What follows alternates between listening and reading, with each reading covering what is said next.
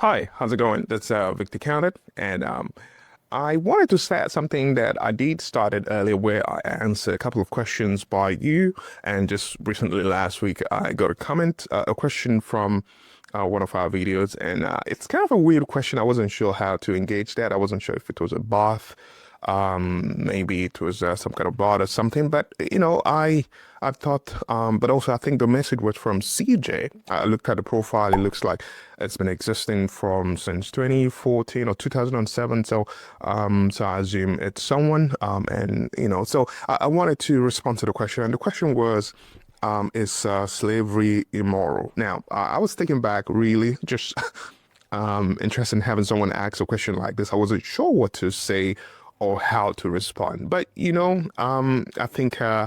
I wanted to pay attention, and also, whether or not it's from, I was a bit confused, if I'm being honest. But I think there's something, an implication of that question, especially when we think about virtues and flourishing.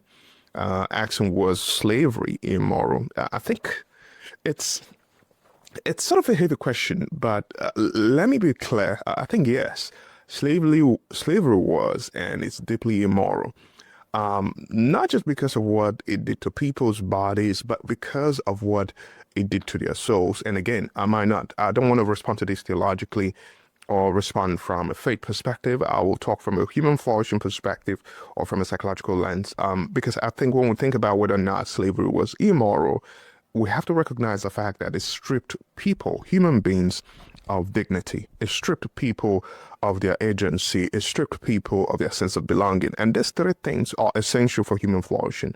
These three things, whether you're talking about belonging, it's part of something that drives intrinsic motivation and self-determination theory. We argue that there are three psychological needs, innate psychological needs that we have: the need for autonomy, the need for competency, and the need for relatedness. Belonging kind of falls under the classification of belonging. Agency, it's also about autonomy as well, because for us to think for ourselves, there has to be a sense of urgency. Human dignity also falls within, overlaps with the three in some sense.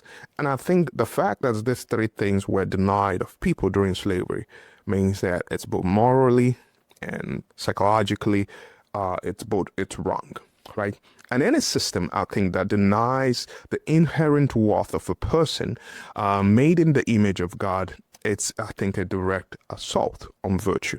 When we talk about virtues, whether we're talking about things like love, whether we're talking about things like justice, humility, compassion, you find that slavery in itself violates every single one of those things. And so you cannot enslave someone and still claim to love your neighbor. You cannot own a person, a human being created in the image of God, and still say that you are committed to justice. You cannot degrade another human being and walk humbly before God. Now, some people ask questions like this to maybe explore moral philosophy. I think that's perhaps what the individual was asking the question for. But also, I think that others might also ask questions like this to provoke. But for me, I think that the moral clarity is not complicated in any way, because if we believe in human flourishing, if we believe in the full sacred potential of every life, then we must name and reject systems that crush it.